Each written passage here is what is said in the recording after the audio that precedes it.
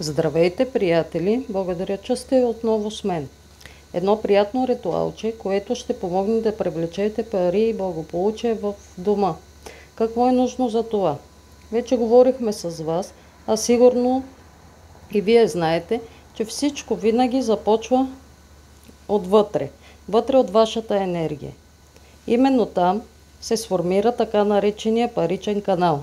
И точно там трябва да се въведе ред и да се създаде благоприятна почва, да се създадат нужните островчета. Тогава чак ще се проявят на физическо ниво. Тогава за вас ще се отворят нови пътища и възможности за привличане на тези пари. Този ритуал ще помогне това да го направите. Какво е нужно? Провеждането на ритуала не е нужно да се съобразява с фазата на Луната. Може, когато искате, да го проведете по светло време. Вземете една дребна монета и я положете на прага на входната врата отвътре.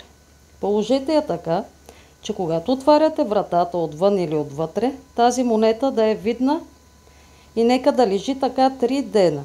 И всеки път, когато влизате или излизате от дома, гледайки монетата, казвайте следните думи.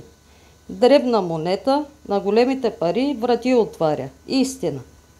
И като отваряте вратата и произнасяте думите, чувствайте, че не само отваряте вратата вкъщи, буквално отваряте в себе си врата за пари. Правете така 3 дена. След това махнете монетата и няма значение какво ще я направите. При необходимост може да повторите ритуала, няма ограничения. Благодаря, довиждане до следващия път.